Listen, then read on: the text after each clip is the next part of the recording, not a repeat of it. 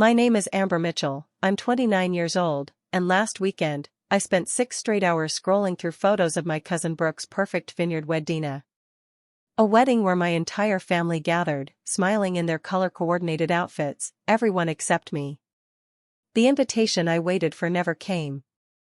When I finally worked up the courage to ask my mom why, she looked me straight in the eyes and said, "You'd just ruin her day, Amber." 5 simple words that confirmed what I'd suspected my entire life: I was the family's black sheep, forever defined by the incident 5 years ago. Before I dive into this painful journey, drop a comment letting me know where you're watching from, and hit that subscribe button if family drama hits a little too close to home. Growing up, Brooke and I were inseparable. Despite being 2 years younger than me, she was the person I told all my secrets to. We spent countless summer days building elaborate forts in her backyard, creating imaginary worlds where we were fearless explorers. During family gatherings, you'd find us huddled in a corner, giggling over our private jokes while the adults chatted around us. We had sleepovers nearly every weekend, staying up well past our bedtime to whisper about boys and dreams under the glow of star-shaped fairy lights. Our mothers, sisters by blood, always commented on how sweet it was that we were so close. Just like we were at their age, they'd say, sharing knowing smiles. Those days, my mother, Eleanor, still looked at me with pride. I was a straight-A student, polite to adults, and generally considered a good kid. My anxiety hadn't surfaced yet, and my value in the family seemed secure. Everything changed when we hit our teenage years. While I struggled with the transition to high school, Brooke seemed to blossom overnight.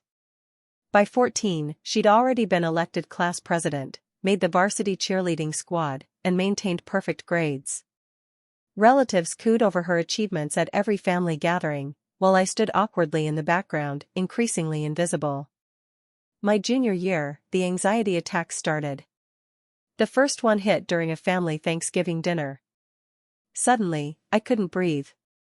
The room spun, and I knocked over a glass of red wine that splattered across my grandmother's pristine white tablecloth. Instead of concern, my mother's face showed only embarrassment and irritation as she hurriedly cleaned up the mess while apologizing to everyone. "Amber's just being dramatic," she said with a tight smile. "She's always been sensitive." Depression followed the anxiety, and my grades began to slip. While Brooke was being crowned homecoming queen, I was struggling to get out of bed each morning. The contrast between us became the family's favorite topic of discussion, never directly in front of me, but always within earshot. "Such a shame about Amber," they'd whisper. "She had so much potential. Not like Brooke, that girl's going places."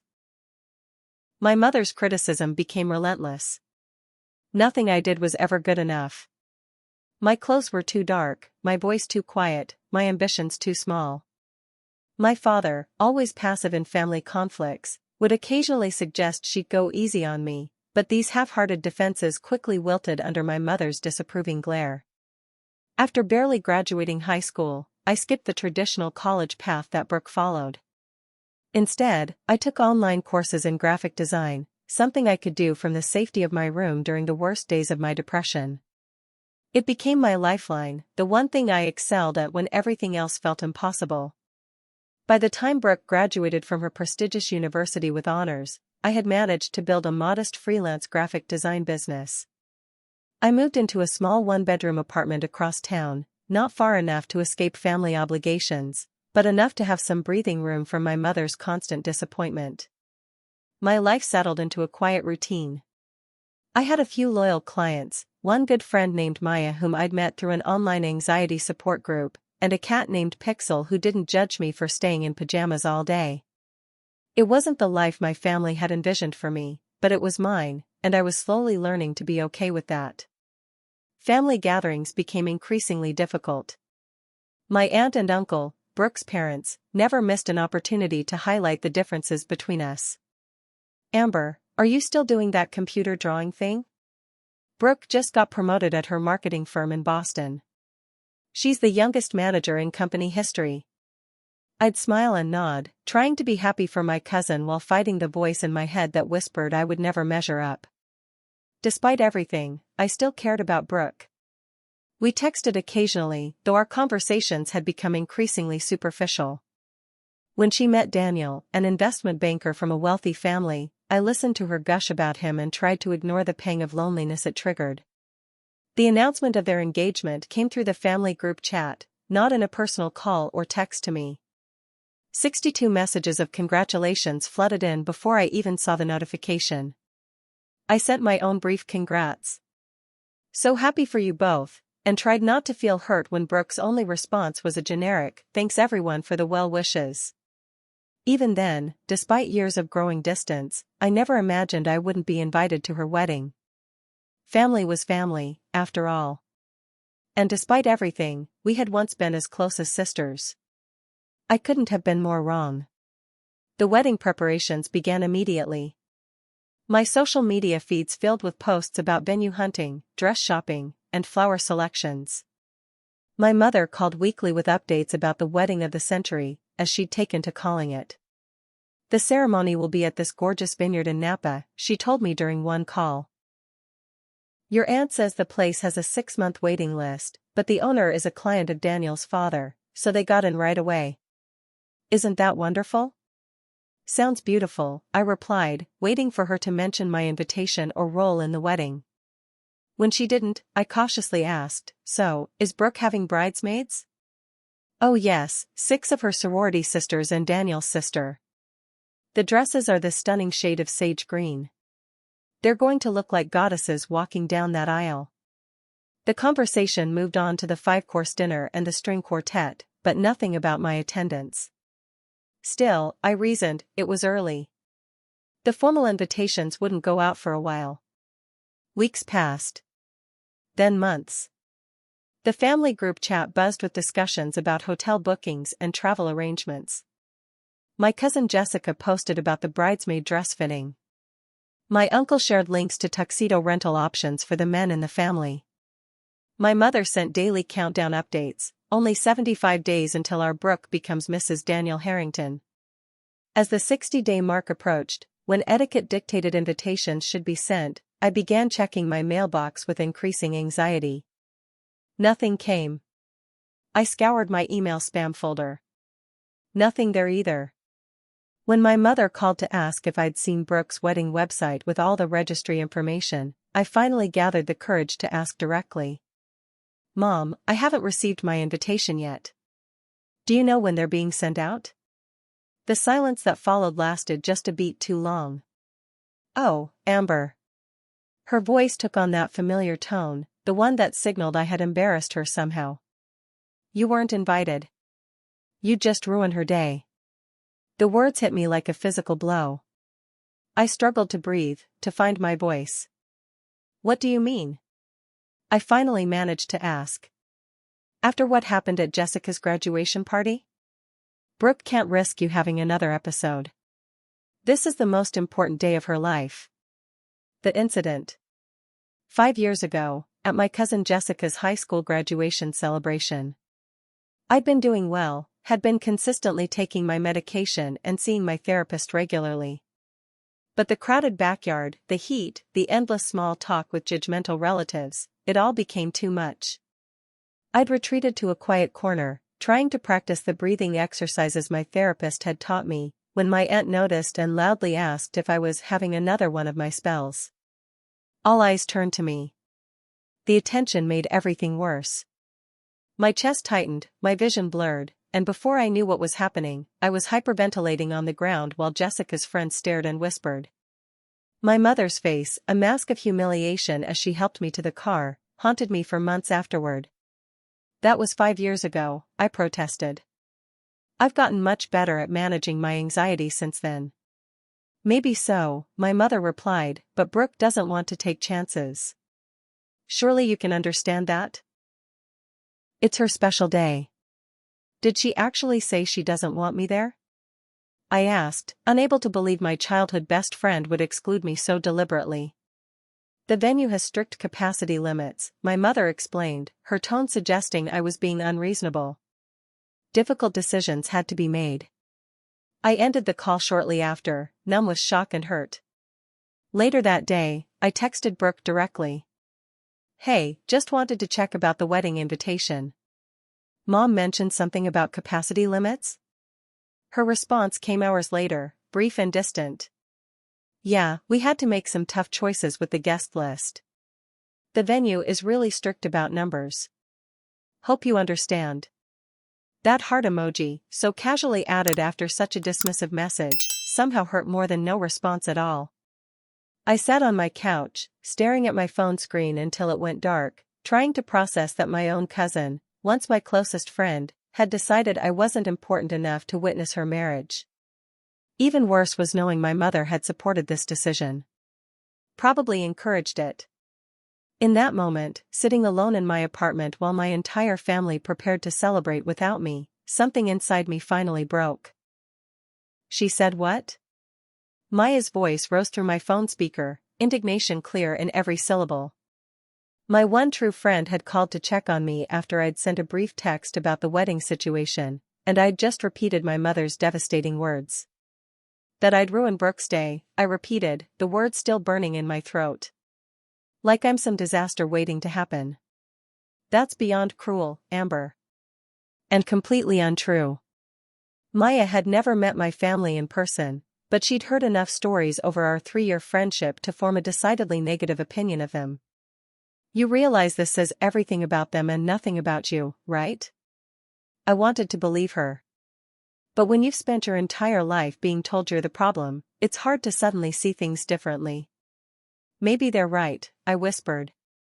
What if I did have a panic attack at the wedding? I'd hate to ruin Brooke's special day. Stop it, Maya said firmly. When was your last panic attack? And I mean a full-blown one, not just feeling anxious. I thought about it.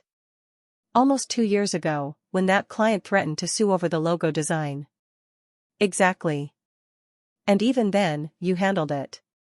You took your medication, did your breathing exercises, and called me afterward. You didn't collapse or cause a scene. But that was just on a client call from my apartment. A wedding is different, all those people, all that pressure. People with anxiety attend weddings every day without incident, Maya pointed out. This isn't about your mental health, Amber. This is about your family being shallow and cruel. Part of me knew she was right, but confronting that truth meant facing just how little my family thought of me. It was almost easier to believe I was the problem, at least then there was the theoretical possibility of fixing myself and earning their approval. You should call them out, Maya continued. Tell your mother exactly what you think of her behavior. Tell Brooke too. I laughed humorlessly. Right, because confrontation is my strong suit. Then I'll do it for you. Give me your mom's number. No. The thought of Maya confronting my mother sent a fresh wave of panic through me. That would just make everything worse. They already think I'm unstable. If I send my friend to fight my battles, it'll just confirm their opinion. Maya sighed. Fine. But you need to do something, Amber. You can't just accept this treatment. I promised I'd think about it, then changed the subject. But after we hung up, I found myself mindlessly scrolling through Instagram, where the algorithm cruelly served up a photo from Brooke's bridal shower, an event I hadn't even known was happening. The comments section was filled with excited messages about the upcoming wedding. A comment from a distant cousin caught my eye, can't wait to see everyone next month. It's been too long since the whole family was together. The whole family. Except me. Further investigation revealed that cousins I barely knew, great-aunts I'd met maybe twice, and even family friends who weren't actually related to us had received invitations. The capacity limits excuse was clearly just that, an excuse. That evening, I was heating up leftover pasta when I heard my mother's voice drifting through the thin wall separating my apartment from my neighbor's. For a disorienting moment, I thought she was somehow in the apartment next door. Then I realized my neighbor must be watching the same reality TV show my mother followed religiously. But as I moved closer to the wall, I realized it actually was my mother's voice. My neighbor wasn't watching TV. Somehow, I was overhearing my mother on the phone, her voice carrying through some quirk of the building's ventilation system. She was speaking to my aunt, Brooke's mother. Told her it was about capacity limits, my mother was saying. I think she believed it. My aunt's response was inaudible, but my mother continued.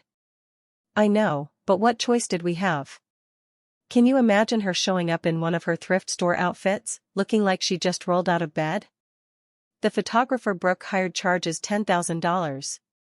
We can't have Amber ruining those pictures. My stomach clenched as I pressed my ear against the wall, straining to hear more. Exactly, my mother agreed with whatever my aunt had said. And you know how she gets in social situations. All quiet and awkward 1 minute, then potentially having one of her episodes the next. Brooke doesn't need that kind of stress. Another pause. Well, I tried to get her to lose some weight before Jessica's graduation party, but she just got defensive. Those medications she takes don't help, they've made her put on at least 20 pounds. The bridesmaids' dresses are a size 4. Can you imagine Amber standing next to them? I stepped away from the wall, my appetite completely gone. So it wasn't about capacity limits or even my anxiety directly. It was about how I looked. How I might reflect on them in the wedding photos. The superficial image of a perfect family they wanted to project. That night, I spiraled into a depression darker than any I'd experienced in years. I called in sick to my freelance meetings for the rest of the week. I ignored Maya's increasingly concerned texts. I stayed in bed, curtains drawn, replaying my mother's words over and over in my head. You'd just ruin her day. Can you imagine her showing up in one of her thrift store outfits? Those medications she takes don't help, they've made her put on at least 20 pounds. The worst part was that somewhere deep down, a lifetime of conditioning made me wonder if they were right. Maybe I was as embarrassing and awkward as they thought. Maybe I would ruin the wedding simply by being there, by being me. Maya finally showed up at my door 3 days later, using the spare key I'd given her for emergencies. Okay, this has gone on long enough, she said, throwing open my curtains and letting harsh sunlight stream into my depression nest. We're getting you help. The week of Brooke's wedding arrived with an avalanche of social media activity. My phone buzzed constantly with notifications from the family group chat as everyone shared their travel plans to Napa Valley. Just landed in San Francisco. Rental car secured. See everyone at the welcome dinner tomorrow, wrote my uncle. Our room at the Vineyard Resort has the most incredible view. Check out that sunset, posted my cousin Jessica, along with a photo that indeed showcased a stunning golden sky over endless rows of grapevines. I should have muted the chat or even left it entirely, but some masochistic impulse kept me reading every message, looking at every photo. It was like pressing on a bruise to see if it still hurt. It always did. Thursday evening brought pictures from the welcome dinner. My entire extended family seated at a long table on a terrace overlooking the vineyard, fairy lights twinkling overhead, everyone dressed in summer cocktail attire and raising glasses of wine toward the camera. My mother was seated near Brooke, beaming with pride. Friday delivered a flood of rehearsal dinner photos. Brooke in a white lace sundress, Daniel in khakis and a blue blazer, looking like they'd stepped out of a Ralph Lauren advertisement. The wedding party, all willowy, perfect women in their sage green dresses, posed for professional-looking shots between the vines. My cousin Jessica, serving as a bridesmaid despite being younger than me, looked radiant. Complete family reunion, my grandmother captioned a group shot. For generations together for this special weekend. Complete. Except for me. By Saturday morning, the actual wedding day, I was simultaneously numb and in agony. I'd called in sick to my weekend client meeting, claiming a migraine. It wasn't entirely a lie, my head was pounding from the combination of sleeplessness, crying, and the bottle of cheap wine I'd consumed the night before. I spent the day in a bizarre state of suspended animation, checking social media every few minutes even though I knew the ceremony wouldn't happen until 4 p.m. Pacific time. I imagined my family getting ready in their hotel rooms, the bridesmaids having their hair and makeup done, Brooke surrounded by everyone who loved her as she prepared to start her new life. At 3:45 p.m., I poured myself another glass of wine and settled on my couch, phone in hand, ready to torture myself with real-time wedding updates. They came right on schedule. First, the ceremony site, rows of white chairs set up between grapevines, a floral arch framing the perfect view of the valley below. Then guests arriving, finding their seats, my family members prominently placed in the front rows. My mother in a silver beaded gown that probably cost more than 3 months of my rent, her hair professionally styled, looking happier than I'd seen her in years. At 4:32 p.m., the first photos of Brooke appeared. She was breathtaking in a fitted lace gown with a cathedral-length veil, clutching a bouquet of white roses and eucalyptus. The photographer had captured her in that golden hour light that made everything look magical. By 6 p.m., the reception was in full swing. Photos showed the elegant dinner setup, the 5-tier cake, the first dance. Every perfectly curated image reinforced what I already knew: this was the event of a lifetime in my family's eyes, and I had been deemed unworthy to witness it. Around 8 p.m., after consuming most of my second bottle of wine, I found myself sobbing while looking at a family group photo. Everyone I was related to, grandparents, aunts, uncles, cousins, posed together with the bride and groom in the center. The caption read, "The Mitchell-Harrington wedding brought together the entire Mitchell clan for the first time in years. Family is everything." I threw my phone across the room, where it bounced off the wall and landed on the carpet. I curled into a ball on my couch, my cat Pixel nervously pawing at my hair as I cried myself into exhaustion. At some point, I must have fallen asleep, because I was awakened by my phone ringing from its spot on the floor. Disoriented, I stumbled over to retrieve it, seeing Jessica's name on the screen. It was just after midnight. "Hello?" My voice was hoarse from crying. "Amber?" Jessica's voice was hushed, with the distinctive echo of a bathroom call. "Are you okay? I've been worried about you." "Why would you be worried?" I asked bitterly. "I'm not even there." "That's why I'm worried," she said. "I kept expecting to see you today. When I asked Aunt Eleanor where you were, she just said you couldn't make it. But that didn't sound right." The small kindness of her concern broke through my numbness. Before I could stop myself, I was telling her everything: the missing invitation, my mother's cruel words, overhearing the real reasons I'd been excluded. "Oh my God, Amber, that's horrible," Jessica said when I finished. "I had no idea. A bunch of people asked about you, actually. Everyone was told you just couldn't make it." "Everyone was told I just couldn't make it," I repeated, the words tasting like poison. "So they're not just excluding me, they're lying about it too." "I'm so sorry," Jessica whispered. "I should go before someone notices I've been gone too long, but I wanted you to know that I missed you today. It wasn't the same without you." After we hung up, I sat on my floor, phone in hand, processing this new layer of betrayal. They hadn't even had the decency to be honest about intentionally excluding me. Instead, they'd created a fiction where I simply couldn't make it, neatly avoiding any uncomfortable questions while further isolating me from the family. That night, as wedding reception photos continued to fill my social media feed, showing everyone I loved celebrating without me, something inside me hardened. The family's rejection, which had been breaking my heart for days, now ignited something else: anger. For the first time, I allowed myself to wonder if Maya was right. Maybe the problem wasn't me after all. Sunday morning found me still on my couch, surrounded by the detritus of my weekend spiral: empty wine bottles, takeout containers, tissues. My phone battery had died sometime during the night, and I couldn't find the energy to plug it in.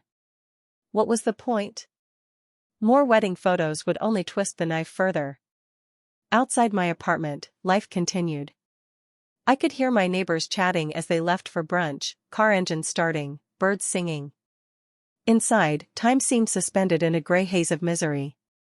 I called in sick to my Monday meetings too, claiming a stomach flu. Tuesday as well. By Wednesday, I'd lost a significant freelance project due to missed deadlines, but I couldn't bring myself to care.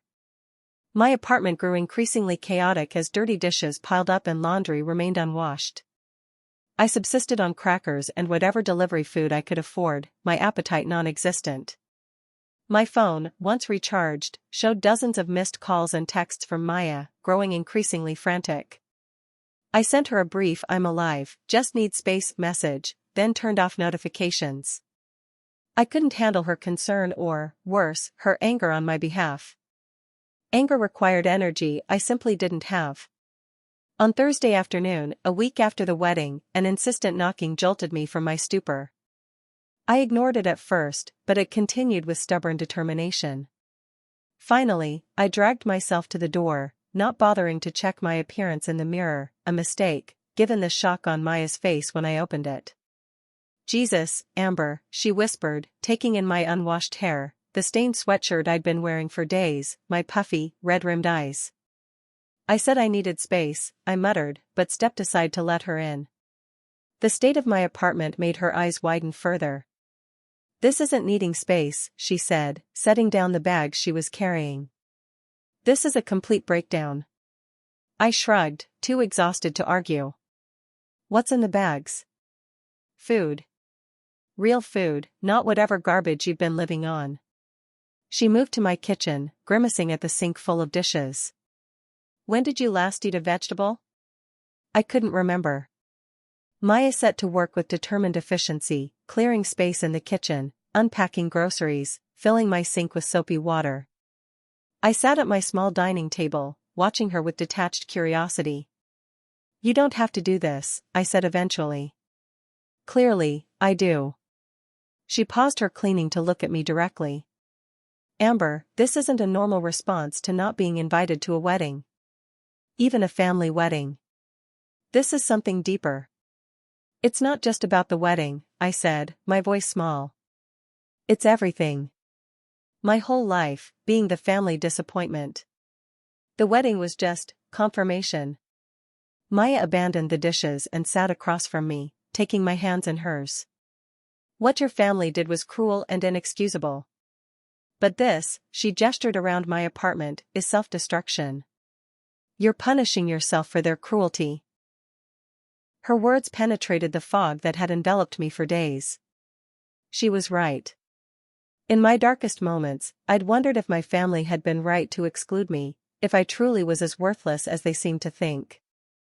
I'd been turning their rejection inward, using it as evidence of my own fundamental brokenness. "I don't know how to stop," I admitted, tears welling up again. "You need professional help, Amber. More than I can give you." Maya squeezed my hands. "I've done some research. There's a therapist who specializes in family trauma. Her name is Dr. Lena Rivera. I've already checked, and she takes your insurance." "Maya." "Just one appointment," she insisted. "For me. Because I can't sit by and watch you disappear like this." Something about her determination, her unwavering belief that I deserved better, broke through my resistance. I nodded, too overwhelmed to speak. Maya made the appointment while I showered for the first time in days. Afterward, she helped me tackle the worst of the apartment mess, then sat with me while I ate the soup she'd brought, the first real meal I'd had since the wedding weekend. Dr. Rivera had an opening the following Monday. The weekend stretched before me, still daunting but no longer infinite. Maya stayed overnight on my couch, and before leaving the next morning, extracted a promise that I'd text her regularly and would make at least a minimal effort to care for myself until the appointment. "You're worthy of care, Amber," she said at the door. "Especially your own." Monday arrived with surprising swiftness. I'd managed to maintain basic functioning over the weekend, eating regular meals, keeping up with basic hygiene, even tackling some overdue client work. The crushing depression hadn't lifted, but Maya's intervention had created small pockets of air in what had felt like solid darkness. Dr. Rivera's office was warm and unpretentious, with comfortable furniture and soft lighting. The therapist herself was a woman in her 50s with kind eyes and a direct manner that somehow didn't feel intimidating. "Maya mentioned some family issues," she said after introductions. "Why don't you tell me what brought you here today?" I'd rehearsed a sanitized version of events, planning to ease into the topic gradually. Instead, the whole story came pouring out in a chaotic, tear-filled rush: my childhood closeness with Brooke, the family's growing disappointment in me, the wedding exclusion, my mother's devastating words, the complete breakdown that followed. Dr. Rivera listened without interruption, occasionally making notes. When I finally ran out of words, she set her notepad aside and regarded me thoughtfully. Amber, what you're describing sounds like a family dynamic known as scapegoating. Are you familiar with that term? I shook my head. In dysfunctional family systems, there's often one member who becomes the repository for all the family's problems and negative emotions. This person, the scapegoat, is blamed for everything that goes wrong and is often treated as fundamentally defective or problematic. Her words sent a shock of recognition through me. That's exactly how they treat me. It's a deeply damaging dynamic, Dr. Rivera continued. And one that usually says much more about the family's inability to deal with their own issues than it does about the scapegoated individual. For the remainder of that first session, Dr. Rivera helped me see how my family had conditioned me to accept their negative view of me, to the point where I believed I deserved to be excluded and mistreated. She explained how my anxiety and depression, while real conditions requiring treatment, had likely been exacerbated by years of emotional abuse. Homework, she said as our time drew to a close. I'd like you to write unsent letters to key family members, your mother, Brooke, anyone else who's hurt you significantly.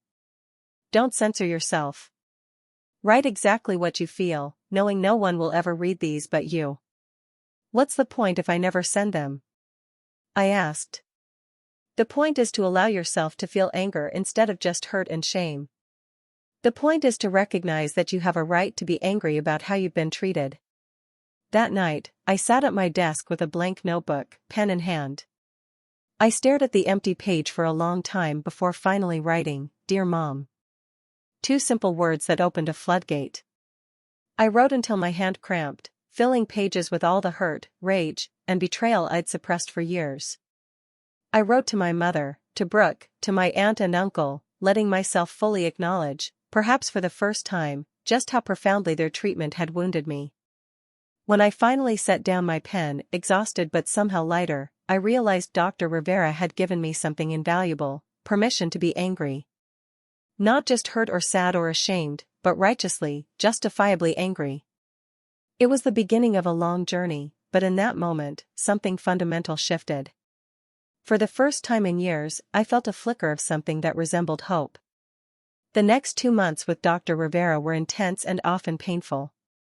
Twice weekly sessions peeled back layers of family dysfunction I'd normalized for so long I couldn't see them clearly. We explored the roots of my family's scapegoating, how my mother's own insecurities and my aunt's competitiveness had created a toxic dynamic where Brooke was elevated as the golden child while I was cast as the problem.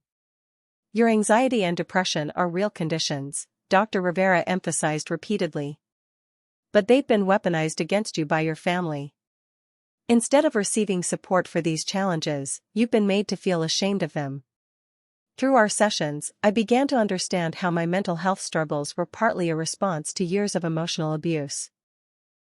The anxiety that my family treated as a character flaw was actually an understandable reaction to walking on eggshells around their constant criticism. Dr. Rivera introduced me to techniques for establishing boundaries, something I'd never really done with my family. We role-played conversations where I practiced phrases like "I'm not comfortable with that" and "that comment is hurtful," preparing for the inevitable family interactions to come. Recovery isn't about confronting them with grand speeches or forcing them to acknowledge their behavior, she explained. It's about changing how you respond to them and what you accept from them. Outside of therapy, Maya remained my steadfast support. She celebrated my small victories, declining my mother's weekly critical phone calls, setting boundaries with demanding clients, prioritizing self-care routines that had always seemed self-indulgent before. My graphic design business, which had suffered during my post-wedding breakdown, gradually stabilized. With Maya's encouragement, I revamped my portfolio website and reached out to past clients I'd enjoyed working with.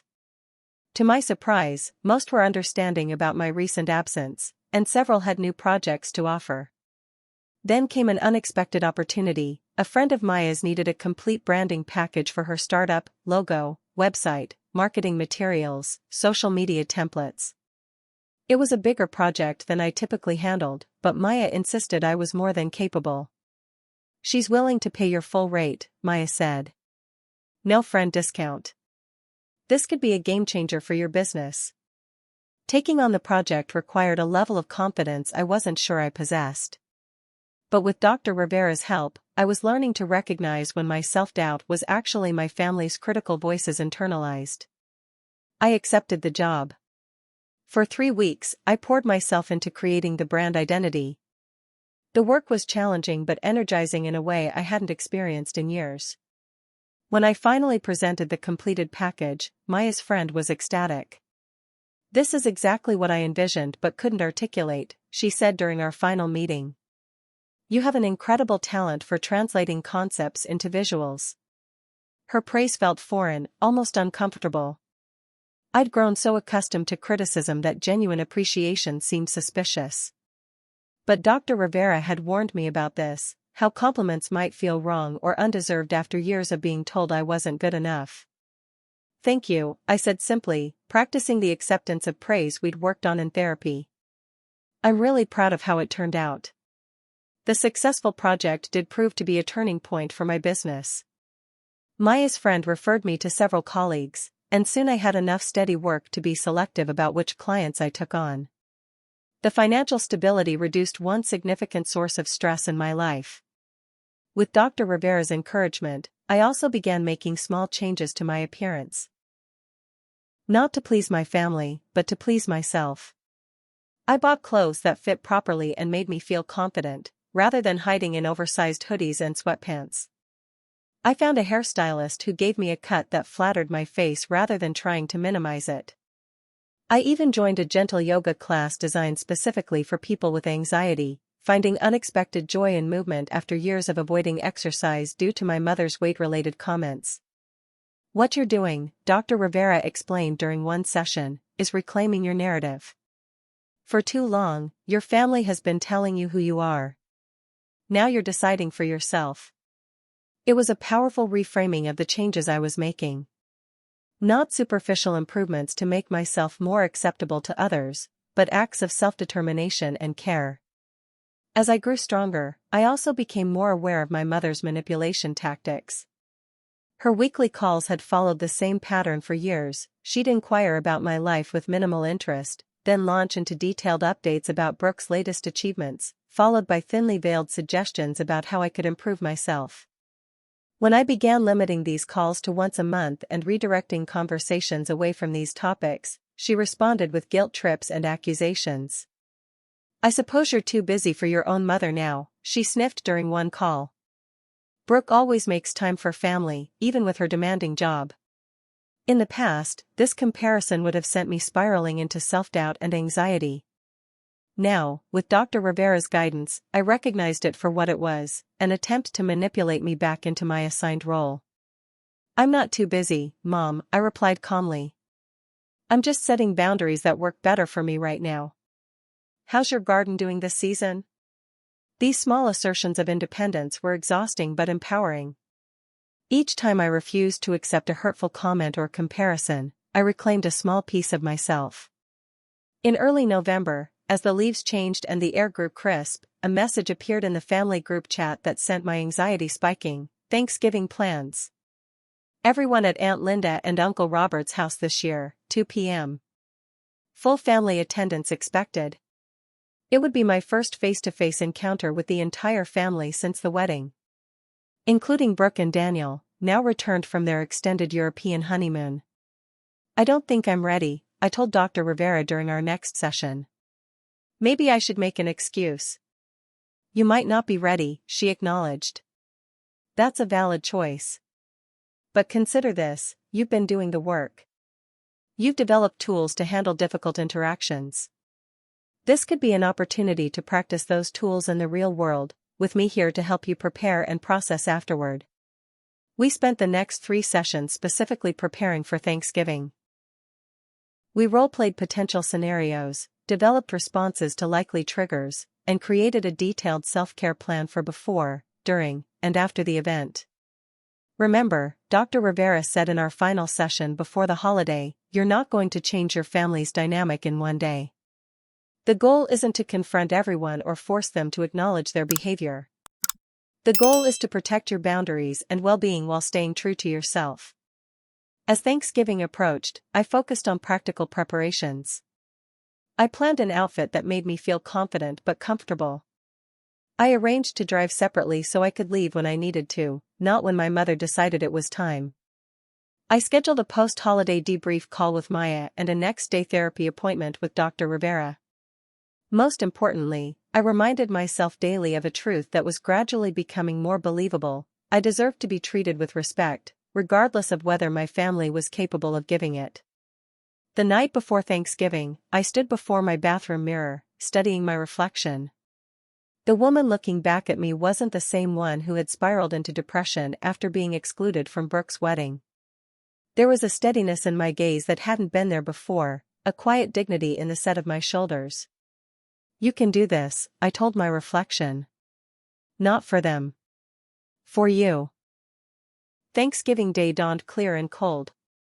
I woke early, my stomach already tight with anticipation. Following the plan I developed with Dr. Rivera, I started with a 20-minute meditation, followed by a light breakfast and a walk around my neighborhood. The routine helped ground me before the emotional challenge ahead. I arrived at my aunt and uncle's house exactly 15 minutes after the stated start time, not so late as to draw negative attention, but late enough to avoid the awkward period of standing around while everyone arrived. As I pulled into the driveway of their suburban colonial, I took one final deep breath and repeated my mantra: I am worthy of respect. I am not responsible for their behavior. The house was already buzzing with activity when I walked in. The familiar sense of turkey, stuffing, and pumpkin pie mingled with the sound of multiple conversations and football commentary from the TV in the den. For a moment, I stood in the entryway, unnoticed, observing the family tableau. My mother was in the kitchen with my aunt, both wearing matching autumnal aprons as they arranged appetizers on platters. My father and uncle were watching the game with several male cousins. Various other relatives were scattered throughout the open-concept first floor, chatting in small groups.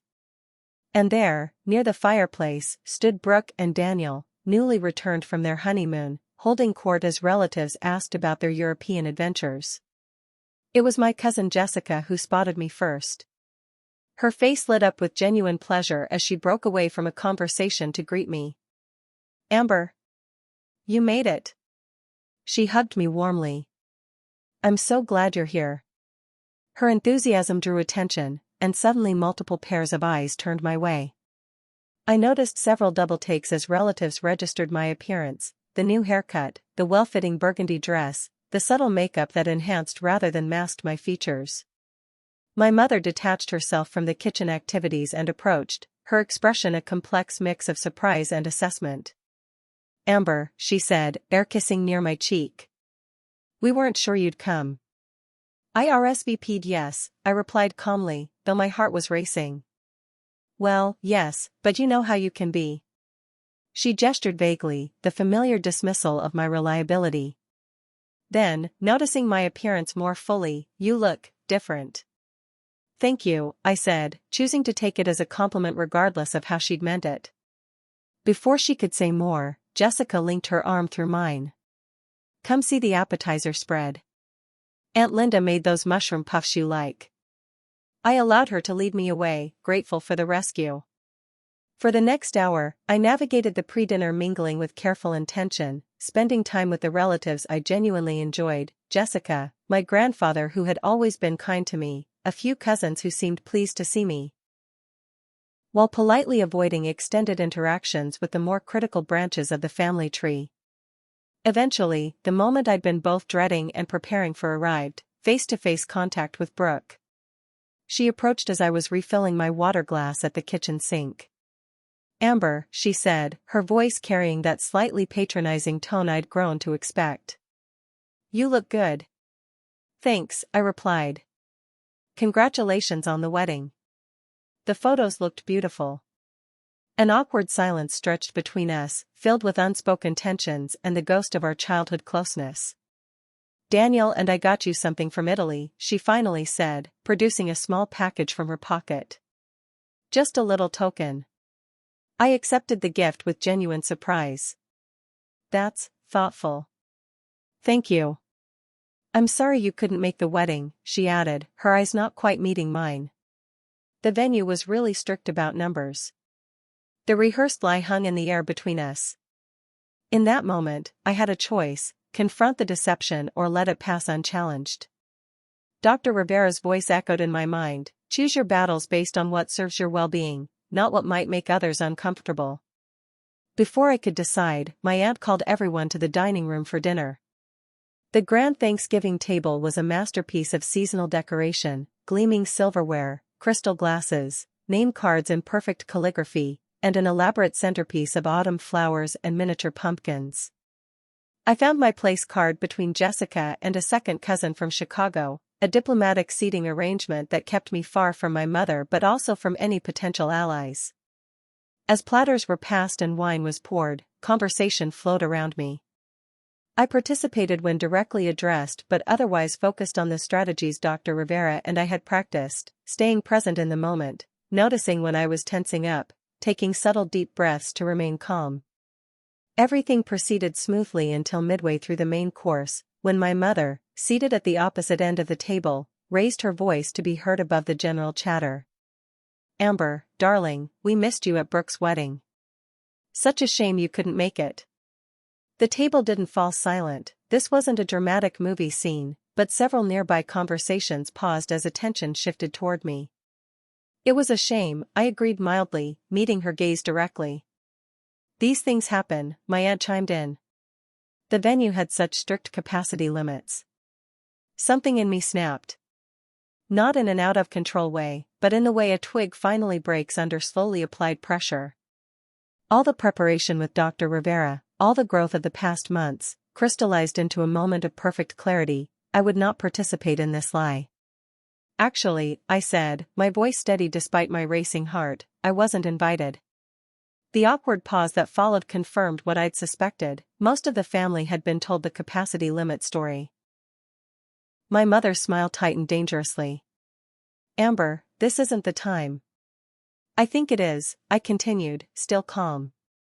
"Everyone was told I couldn't make it, but the truth is, I wasn't invited. Mom made it clear that I might ruin Brooke's day, so it was decided I shouldn't be included." Various reactions rippled around the table: confusion, discomfort, a few knowing looks that suggested not everyone had believed the official story. "That's not exactly," my aunt began, but I interrupted with a polite firmness I'd never shown before. "It is exactly what happened.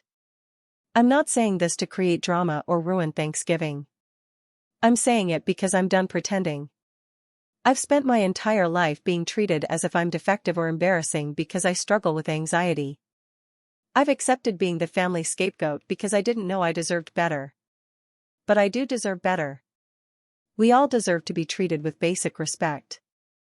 My voice never raised, never wavered. I wasn't performing for sympathy or attacking out of anger. I was simply stating my truth with the dignified calm that had been my goal for this encounter.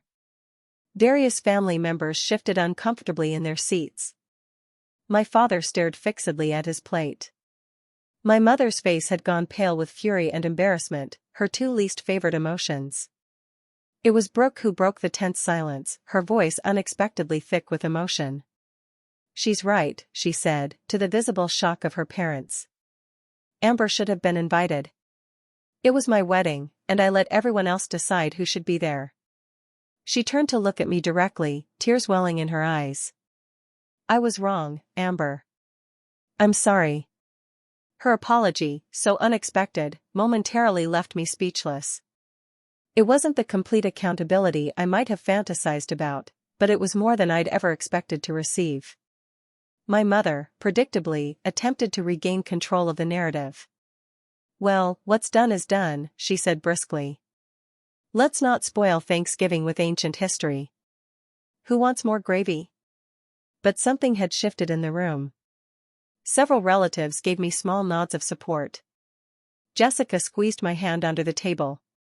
Even my grandfather, usually silent during family conflicts, gave me an approving wink from his end of the table. The rest of the dinner proceeded with forced normalcy, though the undercurrent had changed.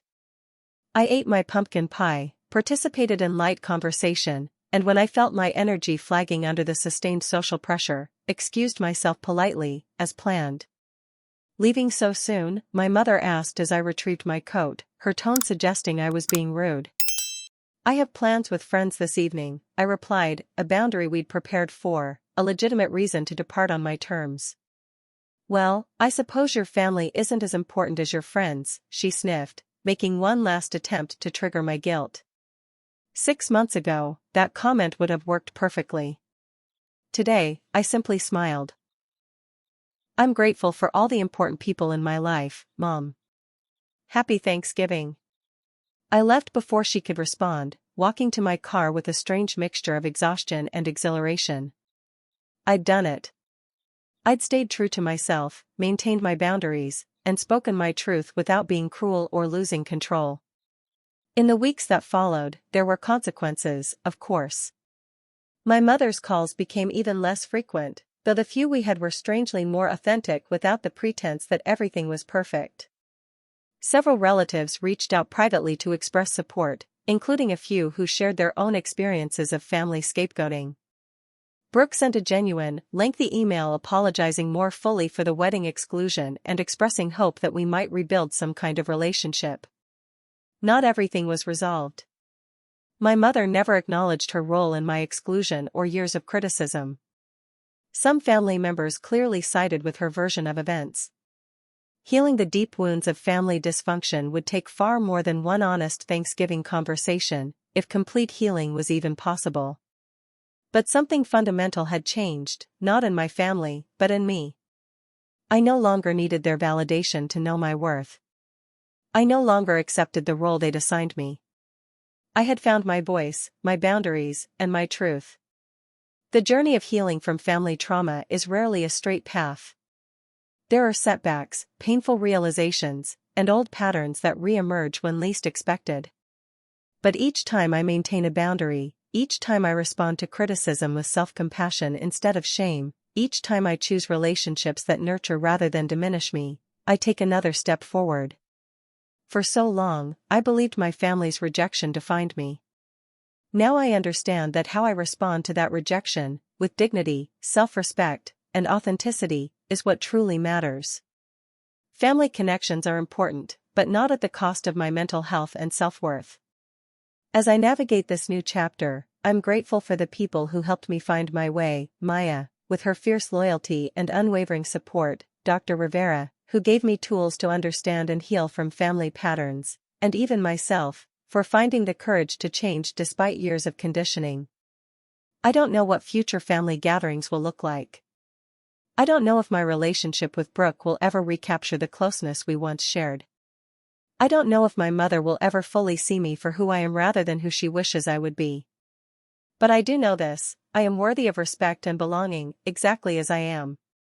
And that knowledge, hard-won through pain and growth, is something no wedding invitation, or lack thereof, can ever take away. Have you ever been excluded from an important family event? How did you handle it? I'd love to hear your stories in the comments below. And if this video resonated with you, please consider subscribing and sharing with someone who might need to hear that they're not alone in family struggles.